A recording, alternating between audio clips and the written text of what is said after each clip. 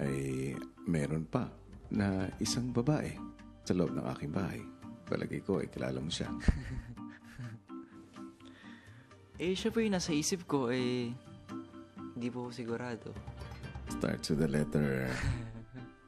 E, kuya. Ilang letra? 6, kuya. At ano ang relasyon mo sa letter E na yun? Kaibigan po, kuya.